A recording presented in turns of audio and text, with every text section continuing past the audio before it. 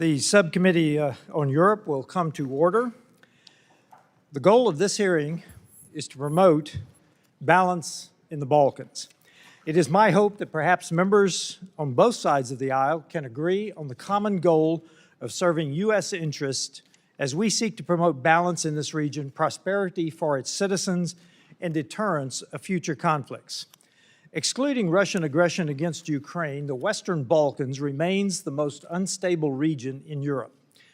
Although open conflict has subsided since the breakup of Yugoslavia in the 1990s, centuries of ethnic division, shifting borders, and political mistrust continue to haunt this neighborhood as various political crises threaten the post-Yugoslav order. Case in point, Serbia's unresolved relationship with Kosovo is one of the core drivers of regional instability that has created a strategic fault line that enables Russia's ability to undermine the EU and NATO's ability to empower the Balkan countries. The 2023 Ohrid agreement between Serbia and Kosovo, intended to de-escalate immediate tensions and revive past agreements, has stagnated. Kosovo's election crisis has exacerbated this situation as a result of the republic's failure to form a government following its February 25 election, causing Kosovo's current preparation for another snap election on December 28th. Following the election, if Kosovo forms a government, it is my sincere hope that Serbia will finally recognize Kosovo's sovereignty. The rapidly deteriorating situation in Bosnia has led to an exponential increase of the use of legally questionable bond powers by the High Representative. This unchecked authority, which enables the High Representative to strike or impose legislation and remove officials from office, was dormant from 2014 to 2021. But in recent years, their use has surged significantly. The United States has long supported efforts to build an independent and credible judiciary in Albania. After 10 years of implementation, however, it is appropriate to re-examine whether justice reform is functioning as intended and delivering impartial justice for the Albanian people. It should be concerning to all that the national case backlog has expanded from roughly 16,000 cases at the start of the reform to an estimated 200,000 today, leaving citizens waiting 8 to 15 years to receive a final ruling. Such delays undermine the rule of law, public trust, and due process. Daily life in the Western Balkans is marked by both a declining and aging population.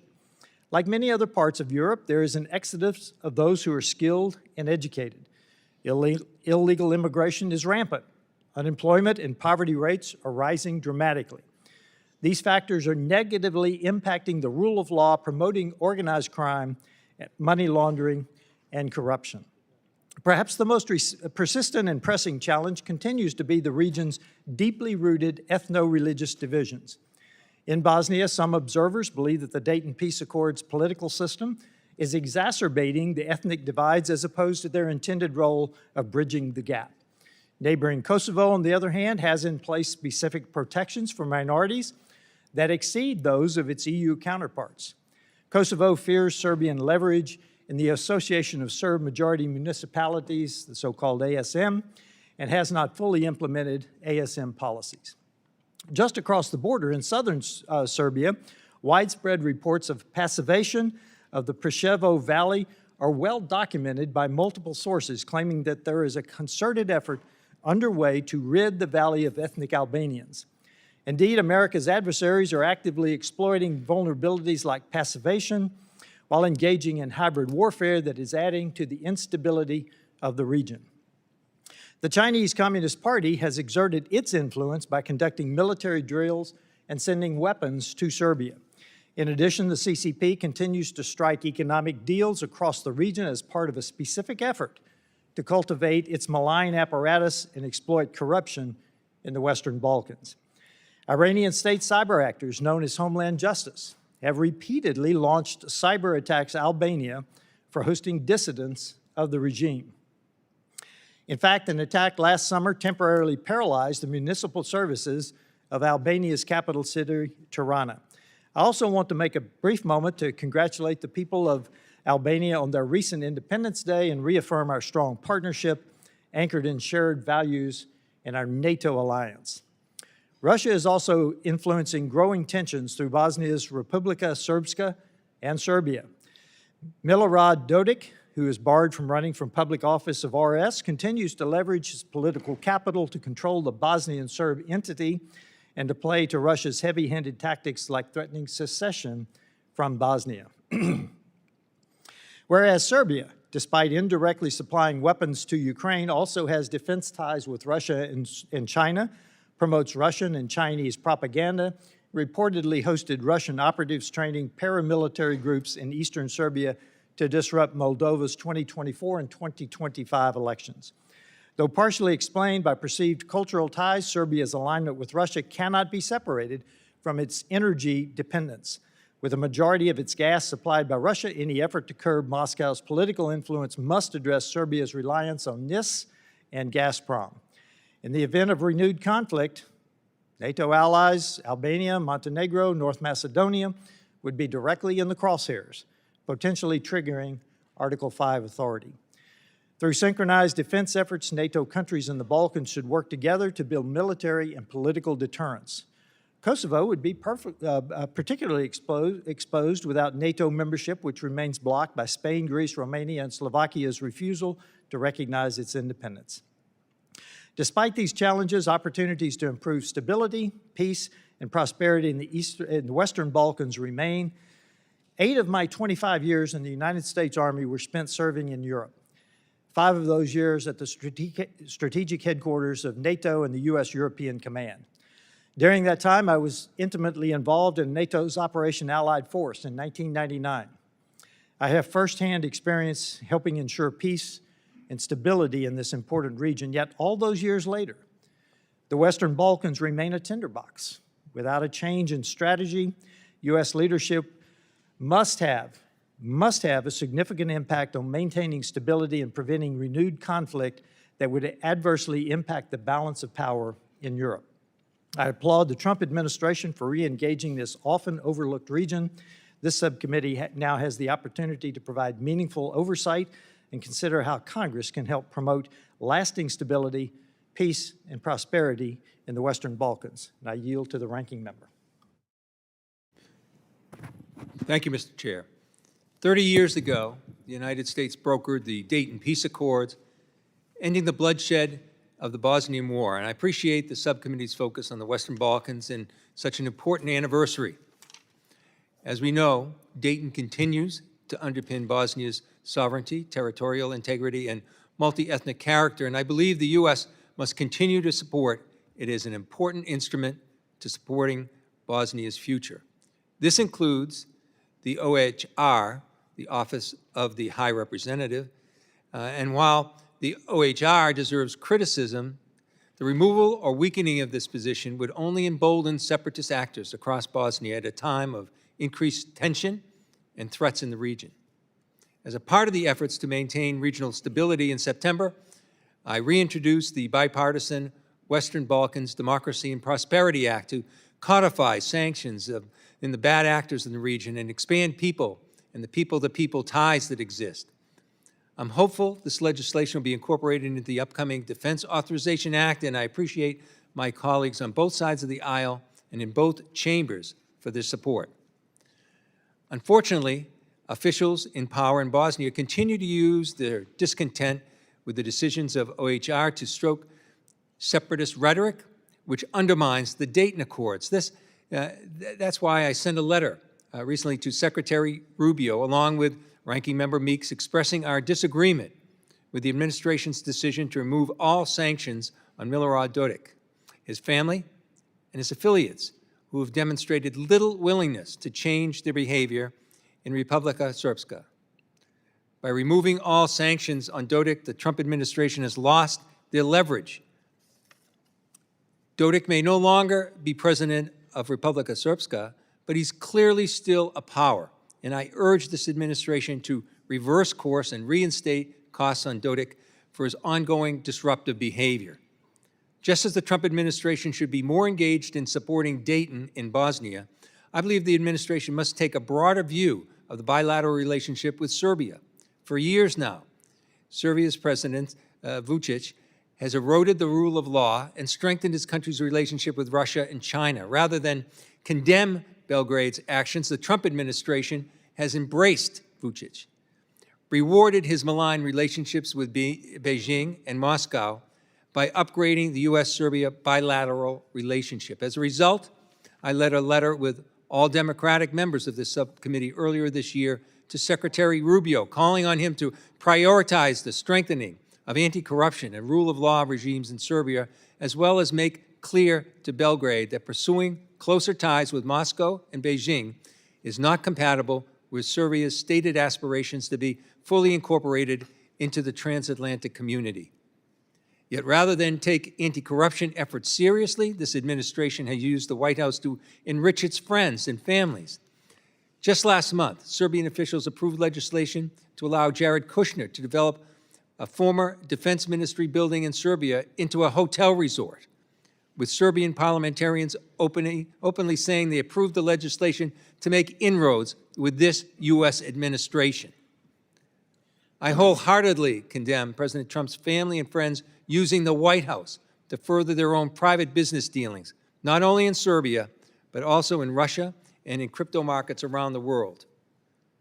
Taking a step back, I believe the resolution of many regional conflicts and increased U.S. engagement in the Western Balkans would move all countries in the region closer to EU membership. This includes further progress in the EU-brokered dialogue between Serbia and Kosovo. And I call on leaders in both countries to take the initiative and cease inflammatory rhetoric. I also call on the Trump administration to reassure allies and partners in the region that the U.S. will remain engaged and committed to the region's future. This includes maintaining a U.S. military presence in NATO's peacekeeping mission, KFOR, and fully implementing the Millennium Challenge Corporation Compact in Kosovo to expand energy security. I was proud to facilitate the signing of that compact in this very room in 2022, and I appreciate the administration continuing the program. It also means the administration should continue to support cybersecurity efforts in Albania and elsewhere, as well as ensure countries like Montenegro, North Macedonia, and others are well prepared to join the European Union. In closing, I appreciate our witnesses being here today to discuss the importance of U.S. engagement in the Western Balkans, yet I remain concerned this subcommittee has yet to have a hearing, any hearing, with a Trump administration official after almost 1 year in office. And I'd urge the majority to call on the administration as witnesses before the subcommittee so we can conduct the subcommittee's oversight responsibilities of this administration's policy towards Europe is a unity. With that, I yield back. Thank you. Other members of the committee are reminded that opening statements may be submitted for the record. We're pleased to have a distinguished panel of witnesses before us today on this important topic. Mr. Max Primorac is a senior research fellow at the Margaret Thatcher Center for Freedom at the Heritage Foundation, covering Europe, Middle East, Africa, Latin America, foreign aid, and China's Belt and Road Initiative. Thank you. Mr. Luke Coffey is a senior fellow for the Center on Europe and Eurasia at the Hudson Institute. His work at the Hudson Institute analyzes national security and foreign policy with a focus on Europe, Eurasia, NATO, and transatlantic relations. Mr. Edward P. Joseph is a lecturer and senior fellow for the Merrill Center for Strategic Studies at the Foreign Policy Institute and Johns Hopkins University's School of Advanced International Studies. This committee recognizes the importance of the issues before us today, vitally important to Europe, and we are grateful that you are here to speak to us today. Your full statements will be made a part of the record, and I'll ask each of you to keep your remarks to 5 minutes in order to allow time for member questions. I now recognize Mr. Primorac for an opening statement. Welcome, sir.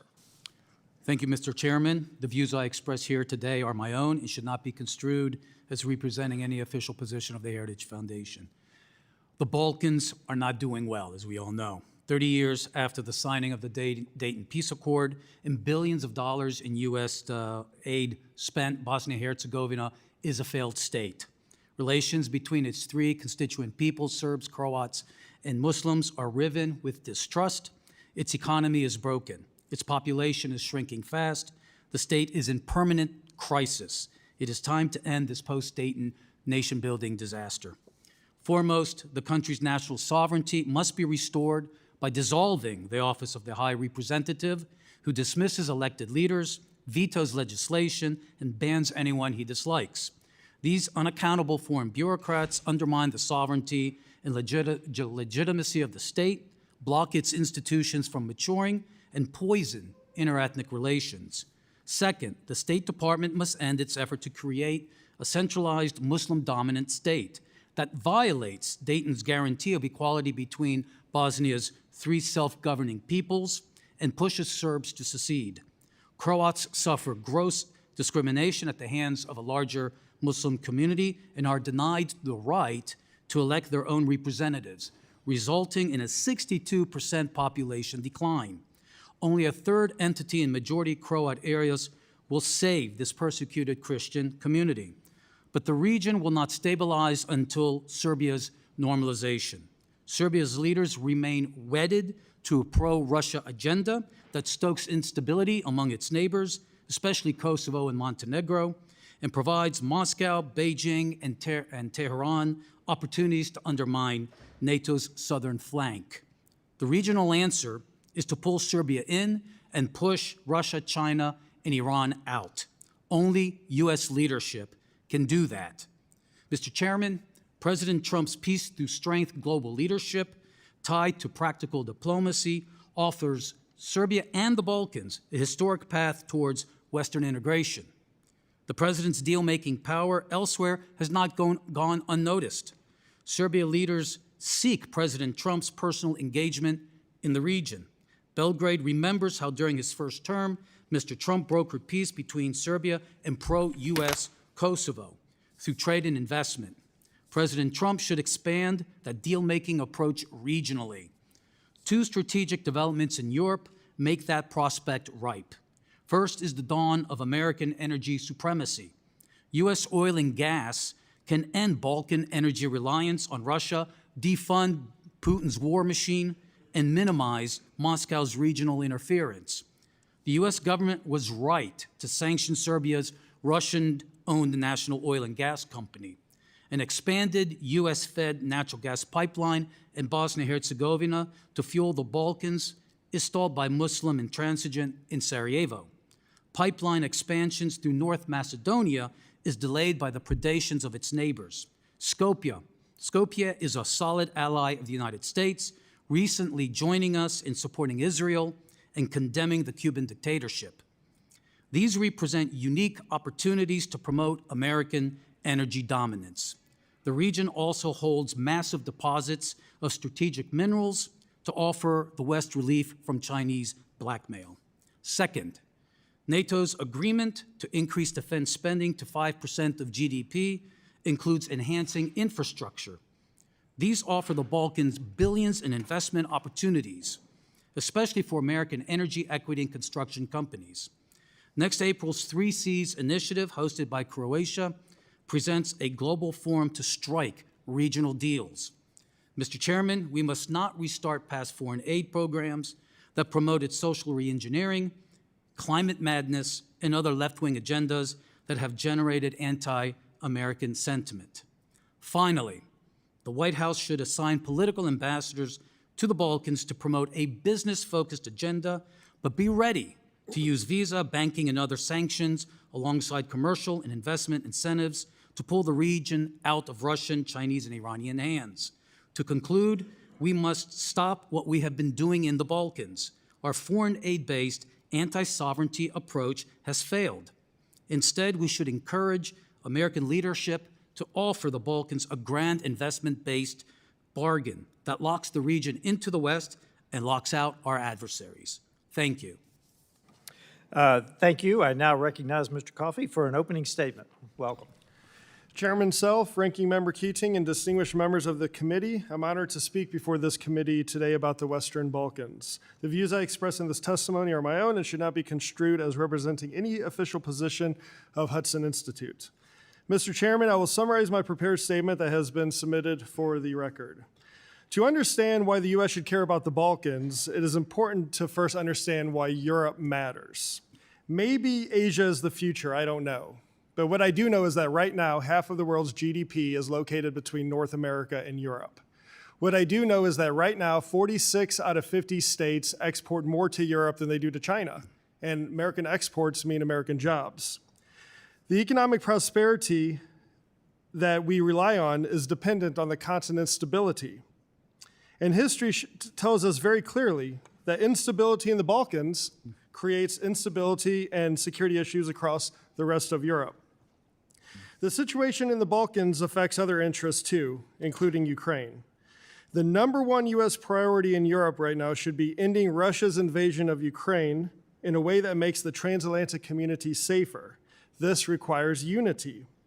Meanwhile, Russia sees the Balkans as an area to create instability and to divide the transatlantic alliance. In this context, Serbia remains Russia's enabler and serves as Moscow's primary foothold in the region. While Serbia occasionally signals a balanced foreign policy approach, the reality is that Belgrade remains firmly in Russia's orbit. This will not change anytime soon, no matter how much we would like it to. The Kremlin also uses the ethnic Serb entity of Republika Srpska in Bosnia and Herzegovina to sow further instability in the region. The situation in Bosnia and Herzegovina deserves particular attention for U.S. policymakers. Milorad Dodik, the longtime leader of the region, was recently removed from office by the Bosnian courts, but he remains very influential and continues to advocate for the entity's secession from the rest of Bosnia, reigniting Serb nationalist goals from the Bosnian War. During his 2 decades in power, Dodik took steps to undermine Bosnia and Herzegovina's legitimate state structures by creating parallel institutions inside Republika Srpska. Throughout this was supported by Russia and also by Serbia. Dodik was sanctioned during the first Trump administration for, and I quote, obstructing the Dayton Accords. These sanctions lasted for the duration of the first Trump administration and throughout Biden's administration. However, last October, the U.S. Treasury unexpectedly removed Dodik and his network from sanctions, an action that appeared out of the blue, unanchored to any broader U.S. strategy towards the Balkans, and without clarity on what, if anything, we got in return for this measure. From the standpoint of U.S. interests, this matters because political stability matters in Bosnia and Herzegovina. And the political stability in that country has a major effect on the overall stability of the Balkans and thus on Europe's overall security architecture. It is worth recalling that this year marks the 30th anniversary of the Dayton Agreement. Not only did it end genocide and prevent any renewed outbreak of fighting for more than 30 years, it also kept Bosnia and Herzegovina as a single state at a time when breakup seemed likely. Although it is still an outside view in many policy circles, the idea of scrapping Dayton altogether is gaining traction. The Dayton Agreement is not perfect, but it has been one of the greatest diplomatic achievements by the United States in the post-Cold War era. And even with the problems that we see in Bosnia today, they're not killing each other and there's no genocide taking place. Scrapping the agreement would likely create more instability than exists today at a moment when the United States and its European allies should be focused on maintaining unity over Ukraine and limiting Moscow's ability to manufacture crises elsewhere in Europe. In conclusion, Mr. Chairman, although the U.S. is not a Balkan country, it can certainly be a Balkan power, and President Trump should take steps to ensure America's national interests are secure there. Fortunately, he has a lot to build on from his first term. He led calls for the 3 Seas Initiative, which is now active today. He led calls for the construction of the LNG terminal in Croatia, which now brings in more American LNG than from any other source. He brought in Montenegro into NATO, oversaw the Washington Agreement between Serbia and Kosovo, and the Prespa Agreement between Greece and Macedonia. Now, back in the Oval Office, President Trump has made global diplomacy and ending wars a central theme of his second term. The Balkans should stay on his radar. To this end, I refer honorable members to the 10 recommendations I offer in my prepared statement, and I look forward to your questions. Thank you. Thank you. I now recognize Mr. Joseph for an opening statement. Keating, distinguished members of the Subcommittee on Europe. Thank you for this opportunity to examine flashpoints in the Balkans and to discuss how the U.S. can seize a rare opportunity for a breakthrough towards lasting stability. Mr. Chairman, the fact that the subcommittee must hold today's timely and important hearing 35 years after the violent breakup of Yugoslavia began raises one overarching question. Why is this region, in which the U.S., EU, and NATO hold commanding leverage, still unstable?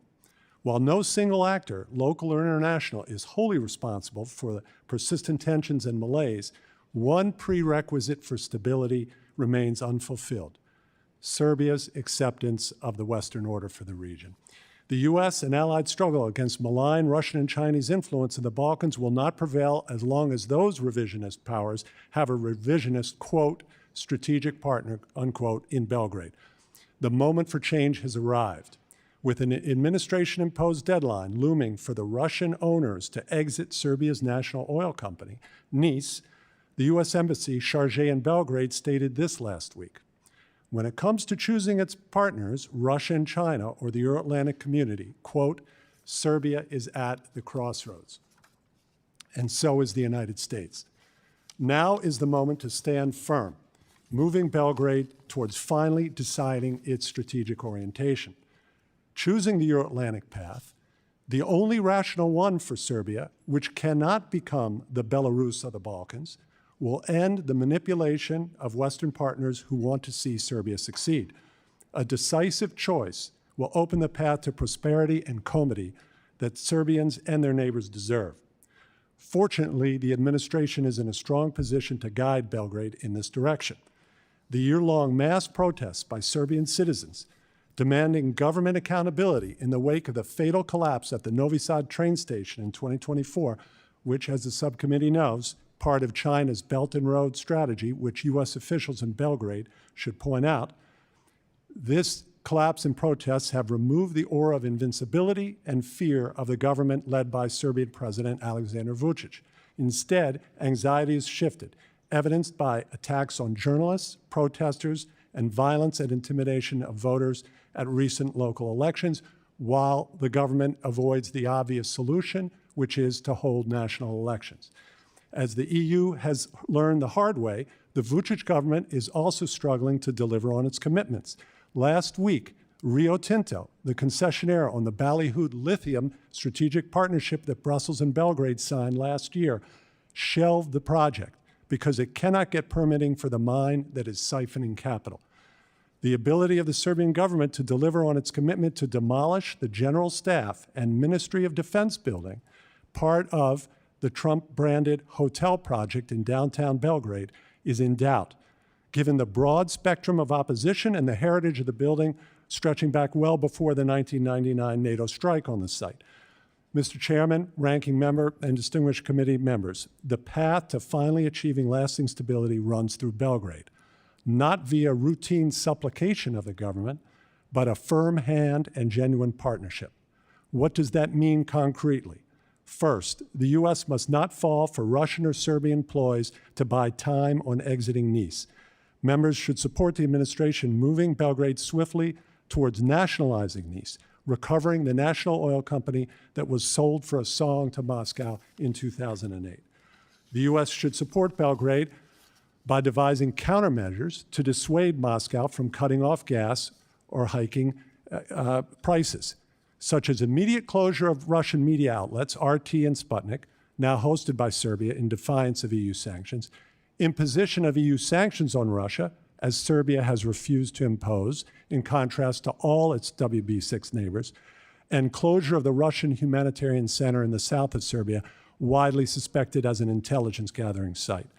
Second, the U.S. can break Belgrade's destructive relationship with Russia and China by tackling the standoff with Kosovo.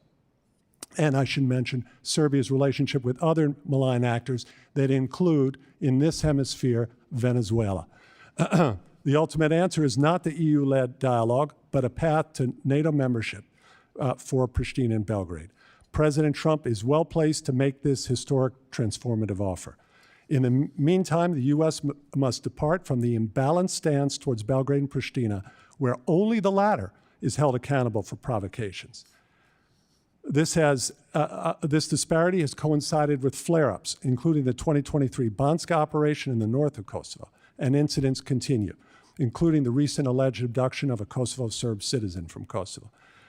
Actively advancing the strategic dialogue with Serbia, while suspending the same with Kosovo, is ignoring the lessons of the recent past. The U.S. can build deterrence by building up its bilateral relationship with Kosovo, especially as Serbia increases its defense relationship with China, underscored by the drills Serbian troops conducted in China this summer. Third, seize the best opportunity in years to break the atrophy in Bosnia-Herzegovina created by the removal of Milorad Dodik from the presidency of Republika Srpska. Unfortunately, the hasty removal of sanctions on Dodik has brought the administration more work and less leverage.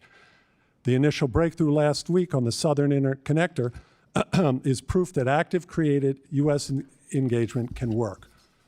The Trump administration is well placed to collaborate with the International High Representative to break the seminal dispute on state and defense property, unleashing opportunities for U.S. investors and Bosnian citizens. Washington can address the other bully in the region, Bulgaria, by backing Macedonian efforts for a reasonable guarantee that Skopje will not be subject to more identity demands from Sofia. The U.S. must ensure that the VMRO-led government adheres to the most successful peace agreement in the region, the Ohrid Framework Agreement. Finally, active American engagement, not nation building, can help NATO allies Albania and Montenegro advance on their EU path, giving them the internal monitoring and external protection that they need. This includes focusing on the backsliding of the judiciary and arrests of opposition figures in Albania, and focusing on interference from Belgrade in Montenegro. In conclusion, by seizing the moment, the U.S. and its partners can move from suppressing flashpoints towards long overdue stability and prosperity. Thank you very much for your attention. I'm at your disposal for any questions.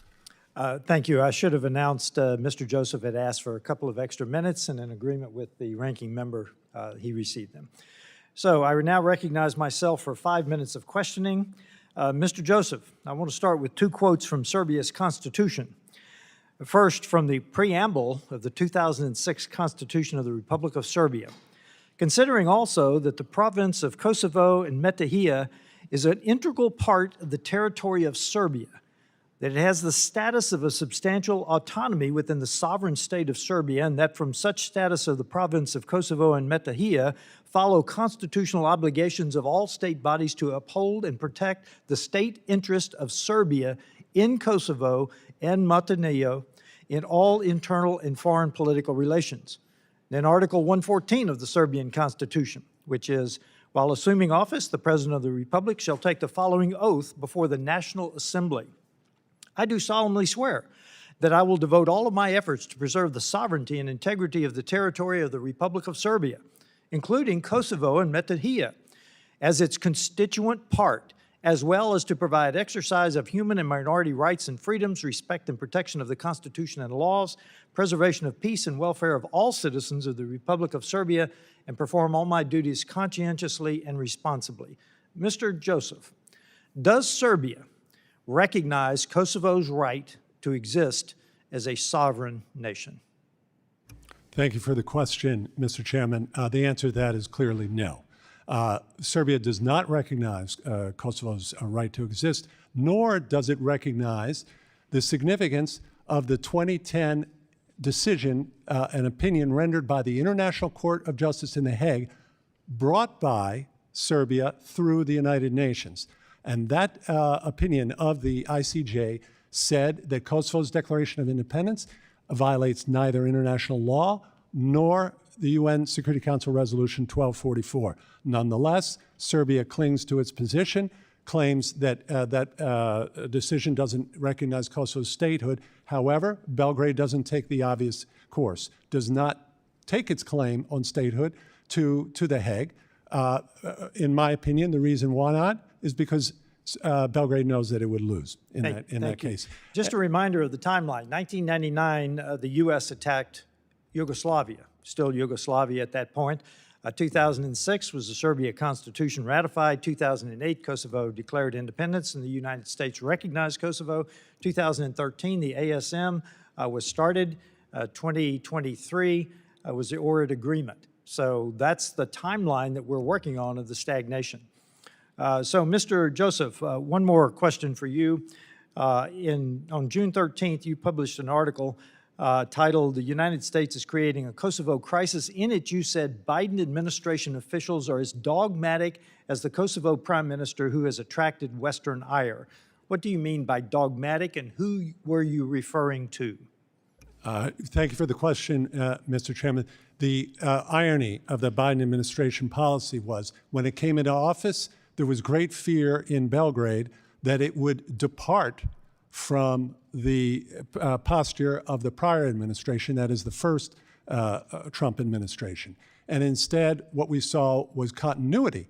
We saw continuity in the Biden administration from the first Trump administration, which, to sum it up, was excessive deference to Belgrade. And that excessive deference led to the flashpoints, the very flashpoints that this hearing talks about, most notably the Banska operation, very serious operation by the paramilitaries in the north of Kosovo, very likely a serious violation of Belgrade's commitment to NATO. And this followed as I've referenced, this imbalanced approach, only holding Pristina accountable and not holding Belgrade. Thank you, sir. Thank you, sir. Mr.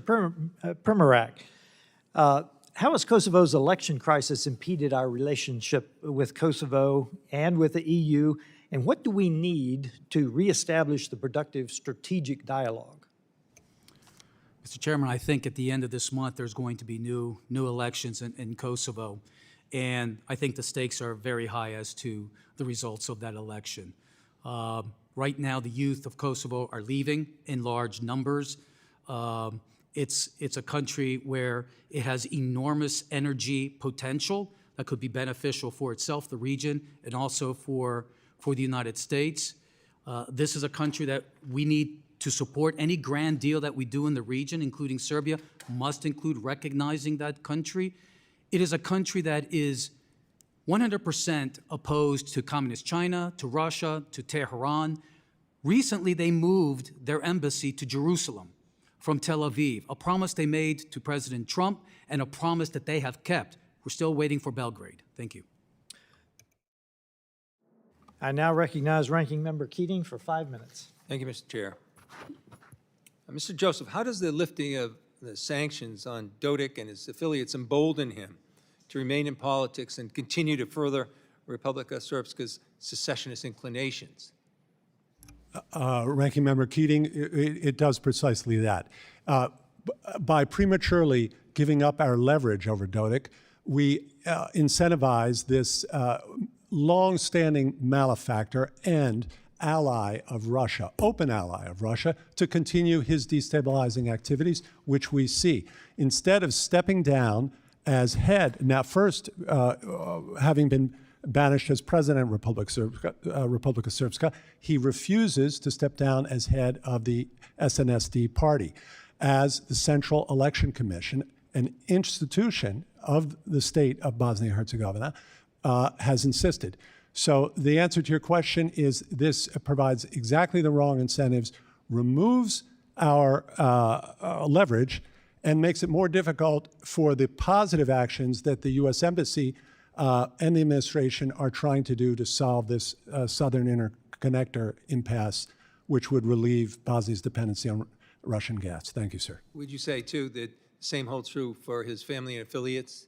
I would absolutely say that, and that's what was so surprising by this all-at-once decision. I simply don't understand. I've negotiated many agreements in the region. I negotiated an agreement between Kosovo and Serbia to hold Serbian national elections in Kosovo. You never give up your leverage until necessary. Thank you. Mr. Coffey, thank you for your characterization in the beginning and your statements about Europe matters, because I think that's really critical, and it's one of the underpinnings of this particular hearing, too, as to why the Western Balkans matter.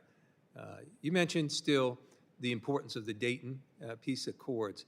Who would benefit if that is, disbanded and we move away from that?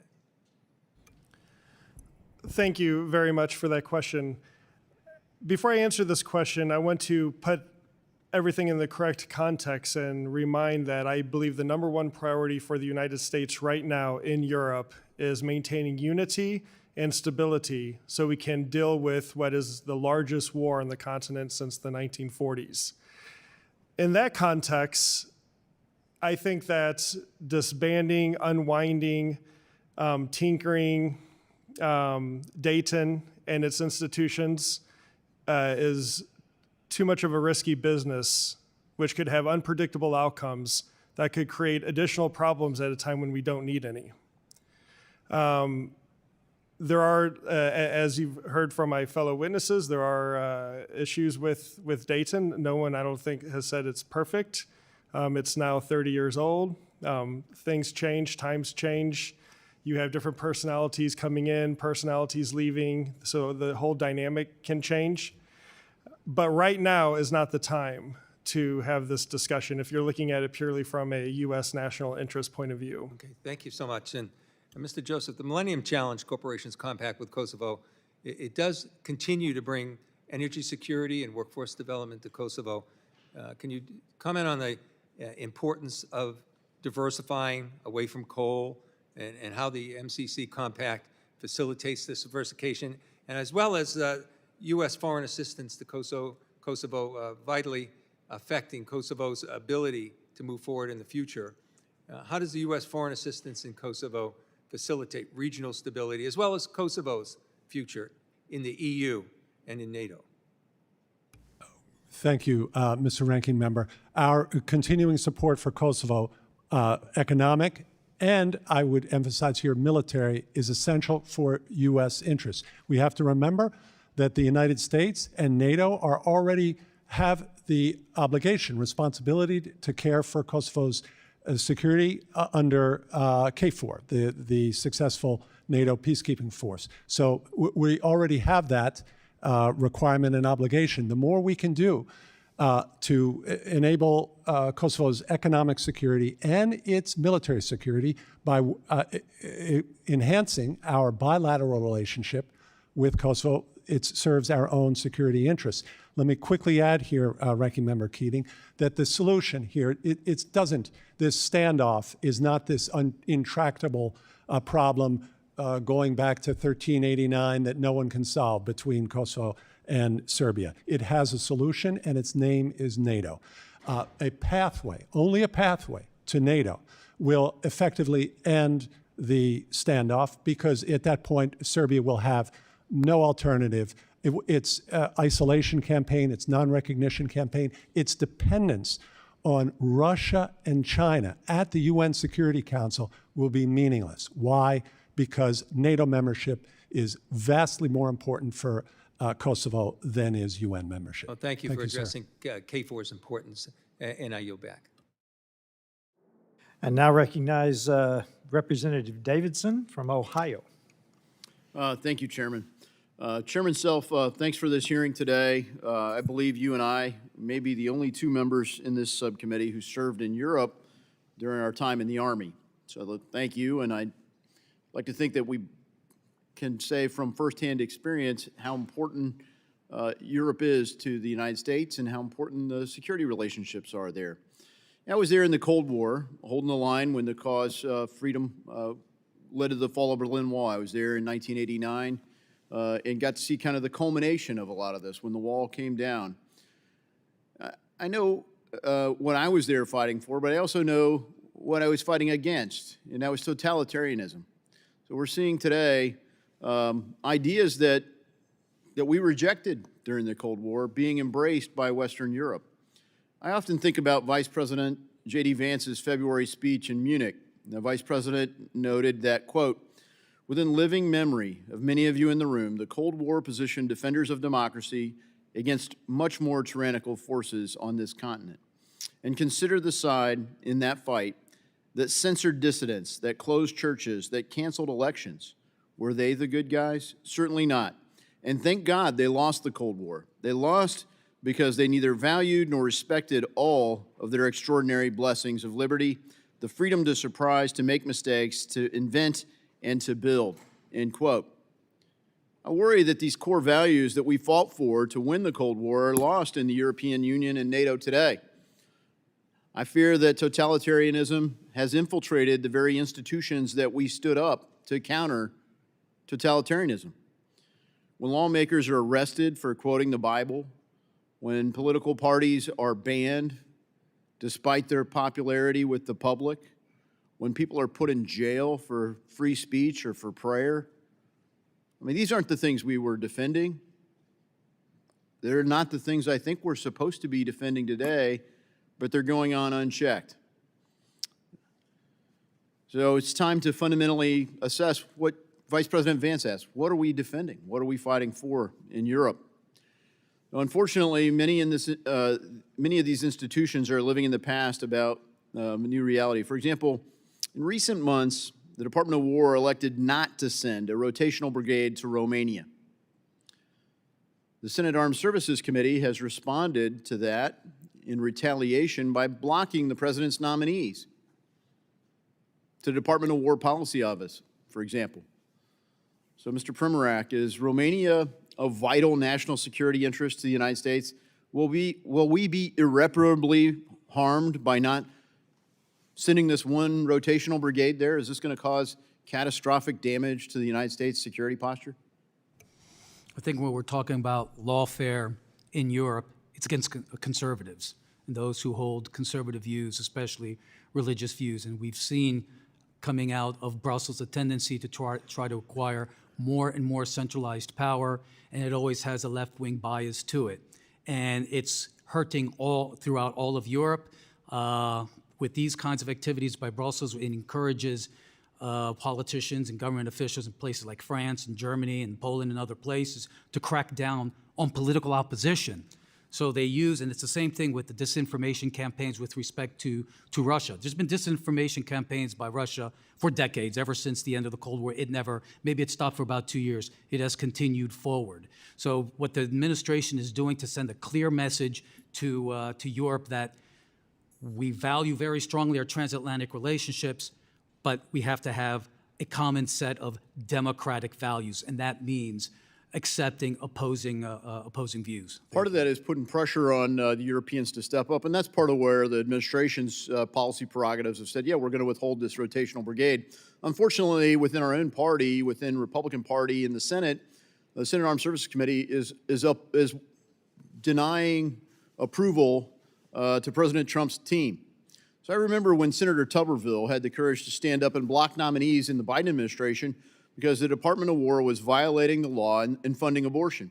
A bipartisan coalition of senators descended on him to make his life really, frankly, a hell until he relented and they came up with a different way to approve nominees. It was the biggest drama in the world. But now that the glove's on the other hand, blocking our president, President Trump's national security nominees, seems not such a big deal to the Senate Armed Services Committee. So I'd like to call the Senate to stop blocking the MAGA agenda and support our president in his appointments. We can't do much about it here in the House, but I think I'd call it out. So I further commend President Trump and his team for their work in crafting a realistic peace deal in Ukraine. They've worked diligently on this, and I get that some people in the Senate want to undermine it. Frankly, some people in the House want to undermine it, and certainly some people in the European Union and NATO want to undermine it. But I think we should all come together and, as President Trump says, I want people to stop dying. So he's got a clear policy. He wants to put his team in place.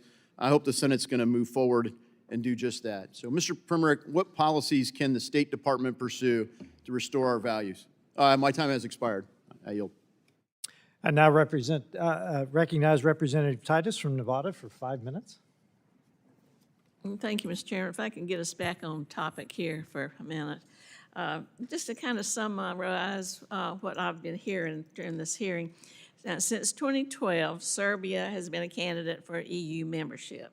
And despite making some initial progress towards that membership, it's now stalled because primarily there's been this unresolved dispute with Kosovo and secondarily a lack of any kind of anti-corruption or rule of law reforms, and that's required for full membership.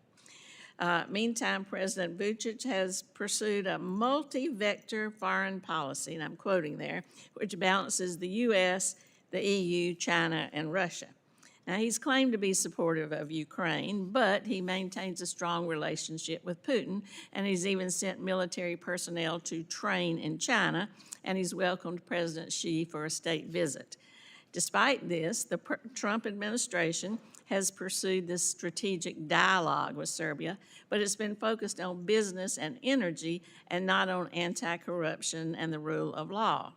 We heard, and I think I interpreted this right, Mr. Joseph, that having a strategic dialogue with Serbia without having one with Kosovo is just not going to work. We're missing a key element here. So I would ask you, Mr. Coffey, do you think this strategic dialogue brings Serbia closer to us and in our orbit, or do you think it just emboldens Belgrade to now go and do whatever it wants to because they know Trump's not going to do anything about it? Thank you for the question. I share the frustration that many have when it comes to our engagement with Serbia.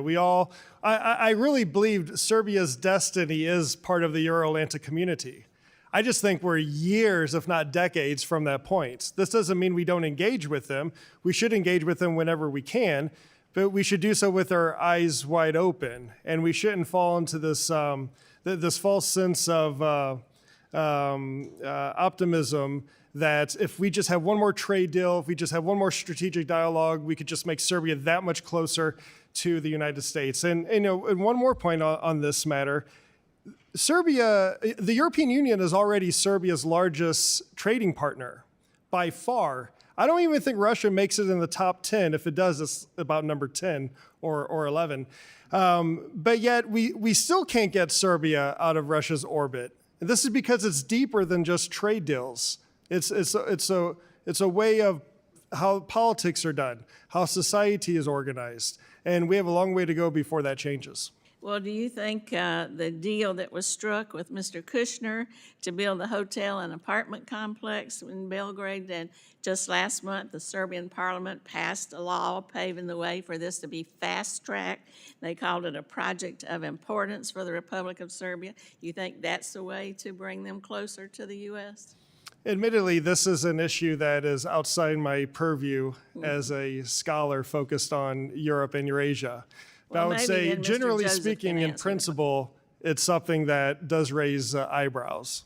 I'd say it's a question of the willingness to engage in corrupt behavior to attain certain personal ends as opposed to political ones. But Mr. Joseph, would you like to add to that?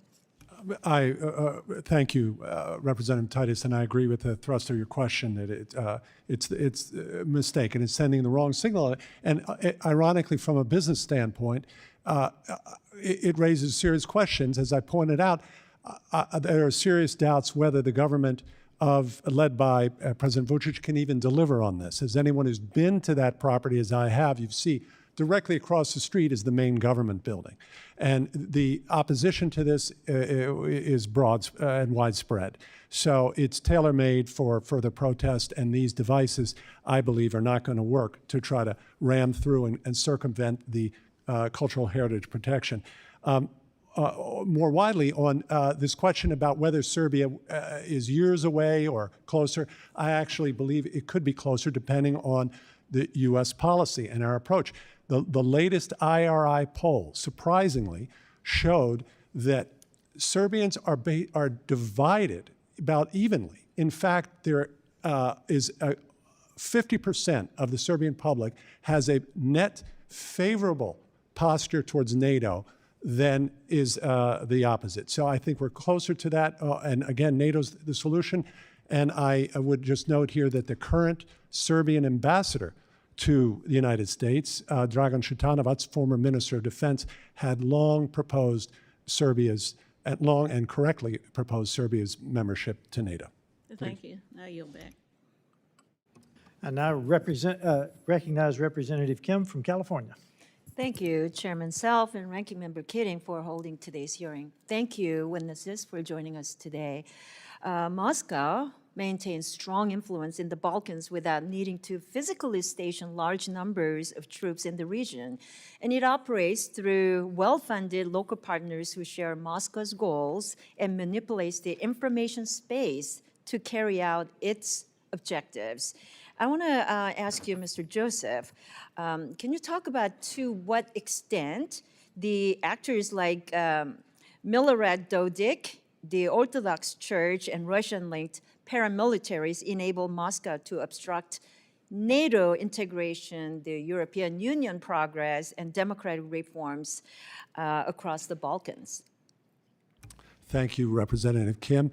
The record is littered with examples of how Milorad Dodik has obstructed Bosnia-Herzegovina's pathway to NATO, which it has formally, that is the formal position of Bosnia-Herzegovina to join NATO. It formally has a membership action plan, and there's been chronic efforts from Milorad Dodik carrying out the agenda from Moscow to obstruct that and to destabilize the country and halt its functioning and, of course, launch the secession of Can you Republic also of Serbia. talk about the Russia's information warfare campaign and how that destabilizes the region? Thank you, Representative Kim, and you're exactly right to broaden that question because it goes directly to Montenegro. Montenegro, a NATO ally, and very importantly, easy to overlook is how important it is that Montenegro join NATO, denying Russia a warm weather port on the Adriatic by that. And Montenegro stood up and denied Russia's demand for that and then later joined NATO. And through its strategic partner, formal strategic partner, Serbia, Russian narratives pollute Montenegro, creating division at the very time that this small Balkans country, less than 1 million people, has its best chance ever to join the European Union. Why? Because Belgrade does not want Montenegro to join the European Union. Thank you so much. You know, I want to transition to China. Over the last decade, the Chinese Communist Party has invested more than 30 billion euros in the Western Balkans, with Serbia as the primary beneficiary, financing highways and 5G networks on opaque, high-interest terms. Mr. Primorac, I want to ask you a question about how the Chinese investments and loans creating political dependency and unsustainable debt exposure in the Balkans. So can you talk about the risk that they pose to long-term U.S. and European strategic interests? Thank you for the question.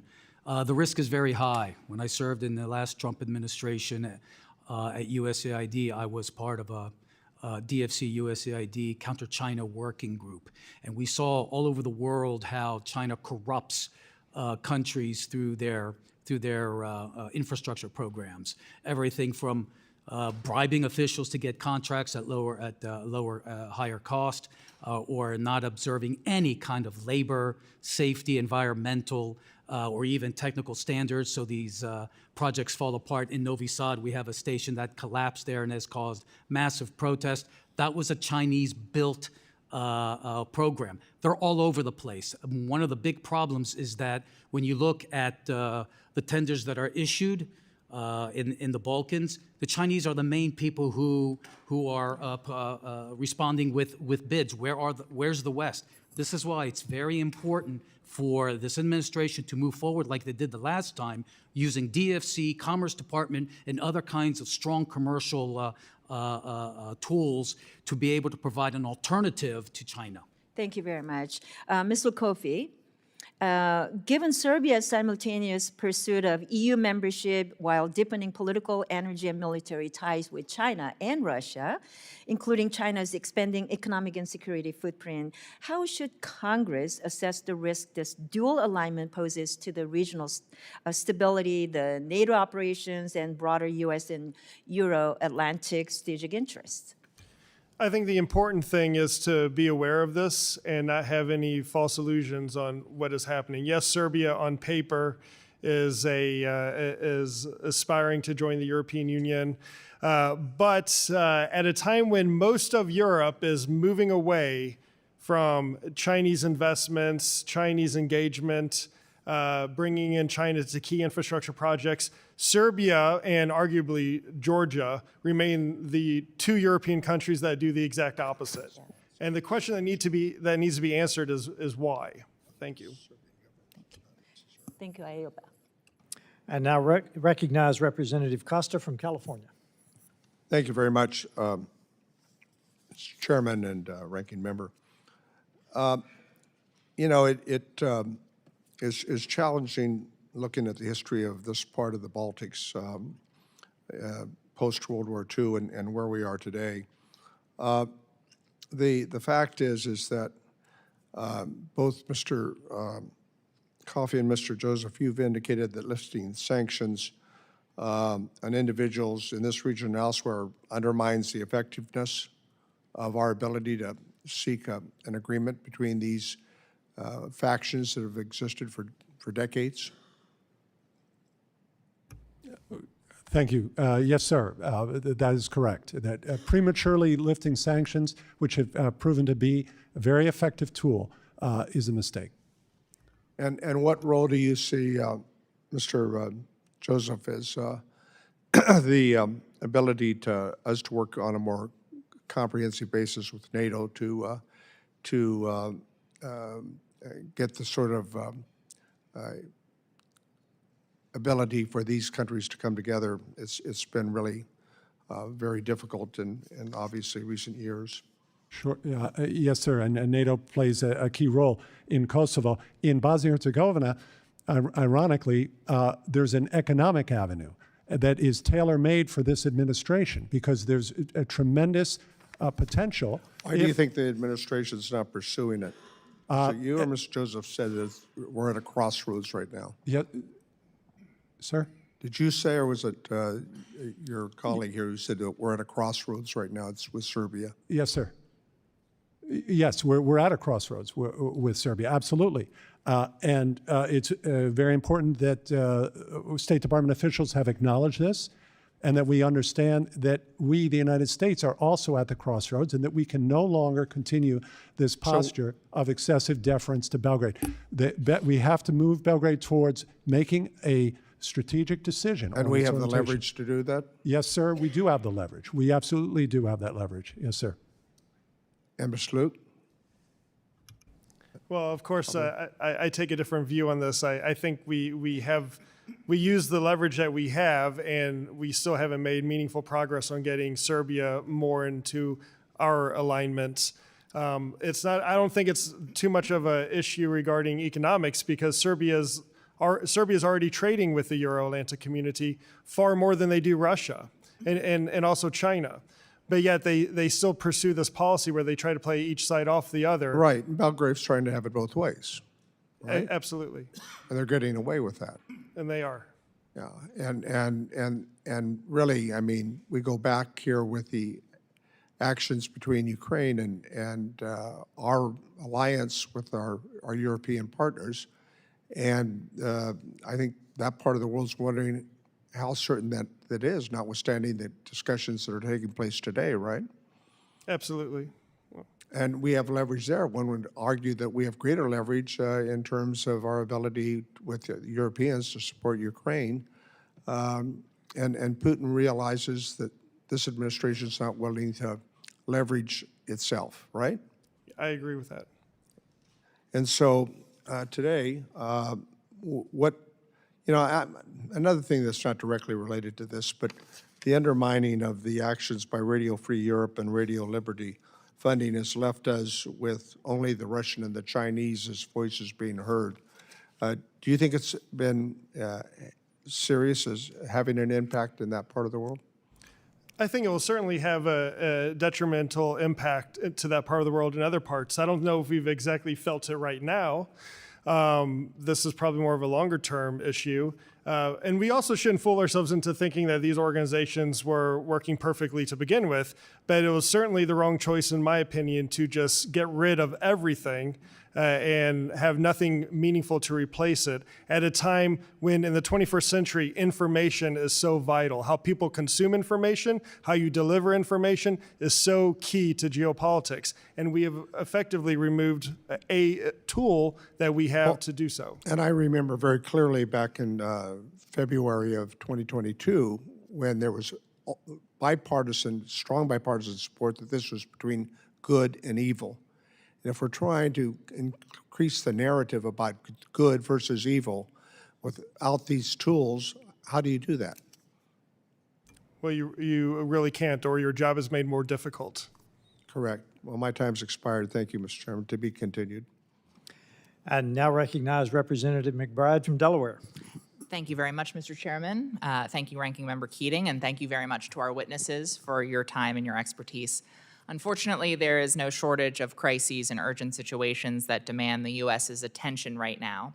While the Western Balkans may not always receive the headlines or attention it deserves, this region remains crucial to both American interests and those of our European allies. Ignoring simmering tensions in the Western Balkans is a poor strategy that we conduct at our own peril. Right now, it seems like this administration lacks a coherent foreign policy strategy. President Trump is levying high tariffs on some of our closest allies while removing sanctions on Balkan politicians allied with Putin. Closer to home, he just pardoned the former Honduran president, who was convicted by a jury of conspiring with drug cartels to move more than 400 tons of cocaine into the United States. That comes at the same time the president seems to be looking to start a war with Venezuela and is conducting extrajudicial killings in the Caribbean over alleged drug trafficking. The lawlessness and corruption is dangerous and it is deadly.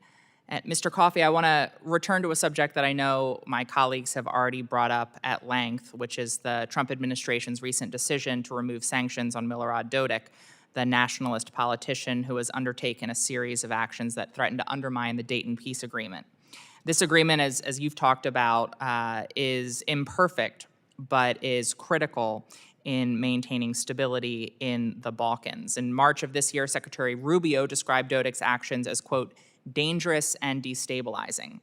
And so I'm curious if you could expand on your perception of how this action by the Trump administration undermines the national security interests of the United States, and at the risk of asking you to explain the justification for a decision that you disagree with, could you shed any light for us on what the administration might be thinking with the sanctions removal? Thank you, Representative McBride. It should be noted, tying back to what Representative Davidson said earlier about the announcement that the U.S. is stopping a rotational brigade to Romania, this is connected actually because both announcements were made on the same day. And we might not think that these issues are connected, that the administration is not that joined up where they would be messaging something, but certainly our friends and allies and our adversaries in Europe can see it this way. I don't know the thinking behind removing these sanctions. It wasn't made clear by the administration why they're doing this. As I pointed out in my oral statement, it wasn't made clear what, if anything, we got in return. What I do know is that leading up to this point, there were several op-eds placed around town, and then voila, out of nowhere, Milorad Dodik is removed from the sanctions list. So one can infer what they want from this, but I do wonder, what sort of internal processes took place to arrive to this decision. And I guess this would be a matter for the legislative branch to try to figure out. Thank you. Indeed. Thank you very much for that answer. And I think to your point around connecting dots, I find this move very disturbing, and it seems to follow a clear pattern of wealthy or well-connected individuals obtaining get-out-of-jail-free cards from President Trump. The New York Times reported that Mr. Dodik hired allies of President Trump, such as Rudy Giuliani, to advocate for the removal of those sanctions. And so it seems to me to be very suspicious behavior. Professor Joseph, I'm curious if you could speak a little bit to your perception of the potential for corruption to undermine our national security interests and what message this particular action and the circumstances that I've outlined that surround it, what message that could send to our allies? Thank you, Representative McBride, for that question. And we see the evidence of corruption and in the relationship that China has with Serbia, which is built on corruption and which has so angered the Serbian people who have mobilized under the banner "Corruption Kills," correctly so.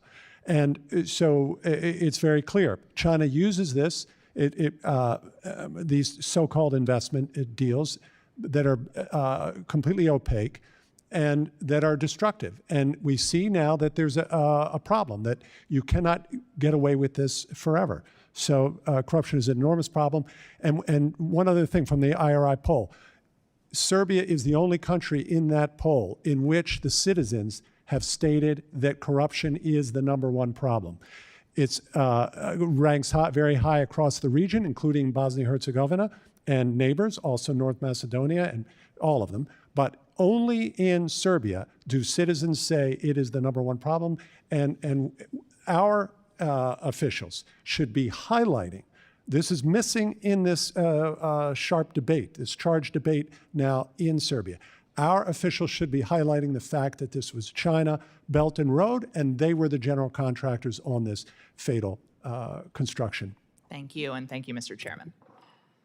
Okay, we'll go to a second round of questions. I want a lightning round for all three of the witnesses, and I certainly prefer a quick yes or no answer. And I realize that that is probably anathema to your scholarship, but do State Department career bureaucrats view Prime Minister Kurti as an obstructionist? Yes. More so than not. Yes. Would you support an unclassified U.S. government report on the 2023 Serbian militant attack in Bajanska, Kosovo, with questions about possible Serbian government involvement? Yes. Yes. Long overdue.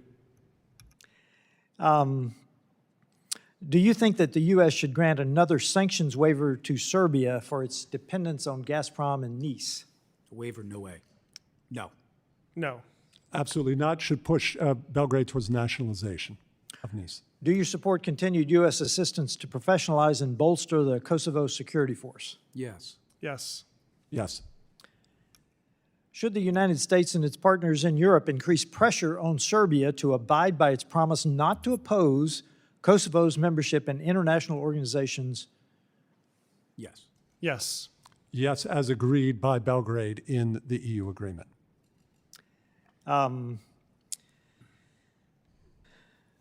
Does Serbia engage in the deactivation of registered residence of individuals called passivation in the valley in which the minority Albanians live in Serbia? Yes. Yes. Yes, that takes place in Preševo Valley, yes. Yes. Does Serbia restrict the Albanian language in public institutions even though Albanian minority is guaranteed certain rights? Yes. Yes. Yes. Before my time is up, and I will yield back some time, I have a bill here that I'm going to introduce to express my concerns over the treatment of the ethnic minorities in Serbia, particularly the ethnic Albanians. It would require the State Department to report on the Belgrade's treatment of ethnic Albanians, including the widely reported passivation. And it's time for us to do our part to hold the Republic of Serbia accountable to its minority ethnic groups, to include the Albanians. With that, I yield back, and I recognize the ranking member, Mr. Keating. Thank you, Mr. Chair. Just want to take a few minutes. We're in a second round on a question. Mr. Coffey, what are the purposes of sanctions, generally? The purpose of sanctions generally are to raise the cost of doing whatever you're doing that the United States doesn't want you to do. I guess that would be the simplest way of defining it. And so what would be the purpose of removing sanctions? The purpose of removing sanctions would be twofold, I guess. It would be rewarding a change in behavior, or it would be used to extract a concession. And in the case of Milorad Dodik, I don't see evidence of either of these happening. Sure. How would you describe the actions that led to sanctions on Dodik and his affiliates? Amateurish. And so isn't sanctions by themselves, the removal of sanctions, the adding, they're really meaningless, I think, unless they're connected with, as you said, trying to influence some actions one way or the other. So we had sanctions imposed before for reasons, disruptive reasons, on Dodic and his affiliates. And what do we have for a reason that they were removed? Mr. Joseph? We have almost nothing, and it's quite ironic, Ranking Member Keating, because the administration has stated that peace and stability in the Balkans is its #1 priority, and by prematurely lifting these sanctions on this #1 destabilizing character in Bosnia-Herzegovina, they've only bought themselves more instability. So, Mr. Coffey, what actions were rewarded by removing these sanctions? The actions that were rewarded, I guess, so you could infer hiring the right people, the right lobbyists to promote a certain agenda in this Would you town. mean, And this isn't something that's unique to the Trump administration. would you this has mean, happened for instance, Rod Balogovich? I'm sorry? Have you heard the name Rod Balogovich in connection Yes. with this? Yes. Have you heard the name Rudy Giuliani Yes. in connection with this? Have you heard former General Flynn's name connected with this? No, but I Have you heard Laura Loomer's name connected with this? Yes. Same with you, Mr. Joseph. You? I'm not privy to the names of people that they've hired, but I know that in Belgrade, they proudly, I just saw the president and foreign minister recently said they're proud of the lobbying effort that they have in Washington. So is that what you're rewarding by removal of sanctions? You're rewarding those who pay at least hundreds of thousands of dollars reported in fees for people connected to the administration. Is that the reward that's given for this? Doesn't it defeat the purpose of sanctions, either imposing them or removing them when this is the case? Yes, it defeats the purpose of the sanctions, and it goes counter to U.S. foreign policy interests and the stated priorities of the Trump administration. In that regard, what about other areas of the world, other areas where there's vital U.S. economic and security interests, and there's sanctions imposed? Doesn't it diminish, in other parts of the world, the imposition of sanctions if this happens?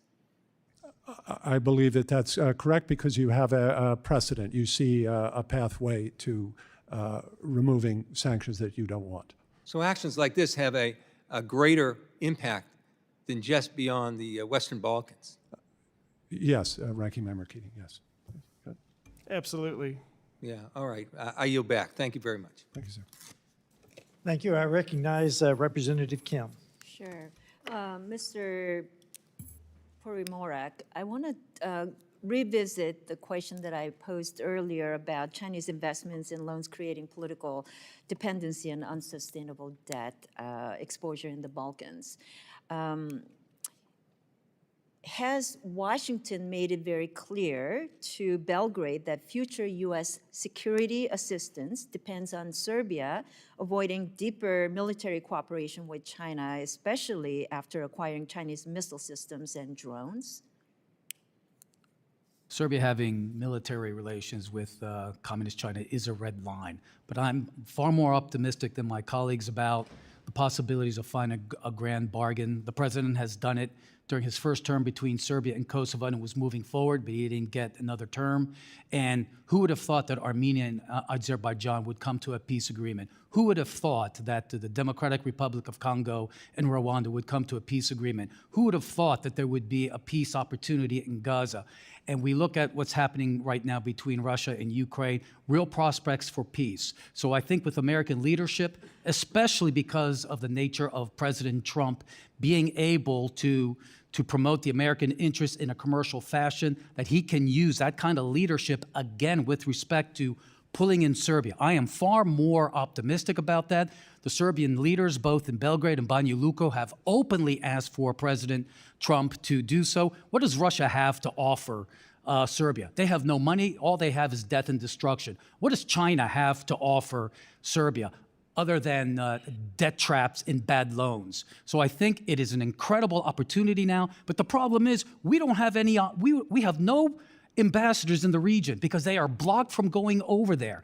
We have a political ambassador in neighboring Croatia who's been there maybe 2 or 3 months and is already pushing forward big deals on the energy side, promoting gas pipeline extension in Bosnia-Herzegovina of all places. It is time that the Senate move forward with the president's candidates for ambassadors, because those ambassadors know how to do commercial diplomacy. The ones we have there don't. Thank you. Thank you. Mr. Primorac, I'm going to continue on the questioning with you regarding the EU membership and anti-corruption issues. Are any of the Western Balkan countries meeting the EU rule of law and anti-corruption standards? Like, would EU membership for these states meaningfully strengthen the regional stability, or would greater participation undermine the democratic institutions of the EU?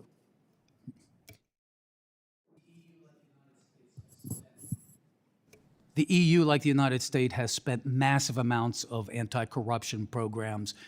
We've also had it in Ukraine, and they simply do not function. If you do not resolve the fundamental problems in these states, with Bosnia-Herzegovina, it's not a state.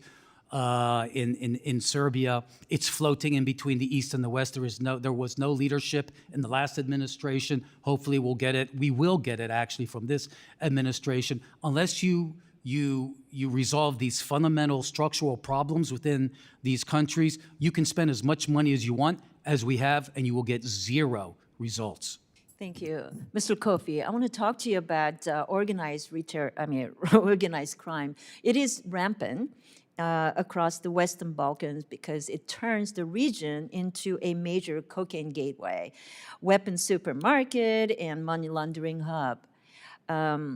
Local mafia are increasingly intertwined with political elites and undermining the rule of law and state institutions. So how is corruption enabling transnational criminal organizations to expand in the Western Balkans? And what are the main illicit activities that you can cite that these criminal groups conduct? And how do they threaten security in Europe and the United States? Well, the corruption in the region is the ocean through which the organized criminal organizations can swim. It enables this sort of behavior.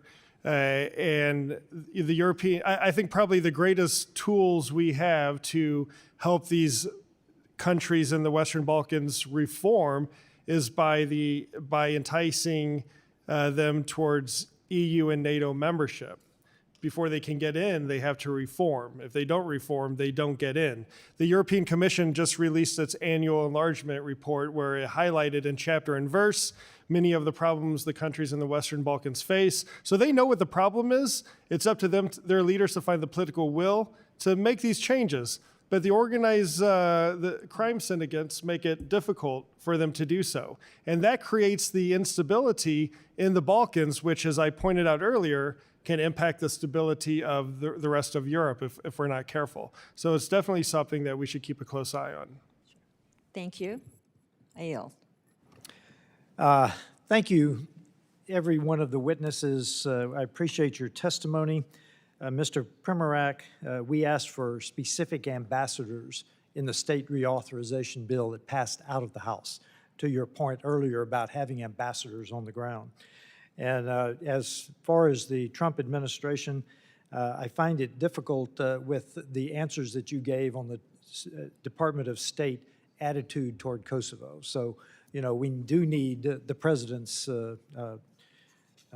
intervention here. The members of the subcommittee may have some additional questions for the witnesses, and we ask that you respond to these in writing. Those will be submitted officially. Pursuant to committee rules, all members may have 5 days to submit statements, questions, and extraneous materials for the record, subject to the length of limitations. Without objection, the committee stands adjourned. Thank you.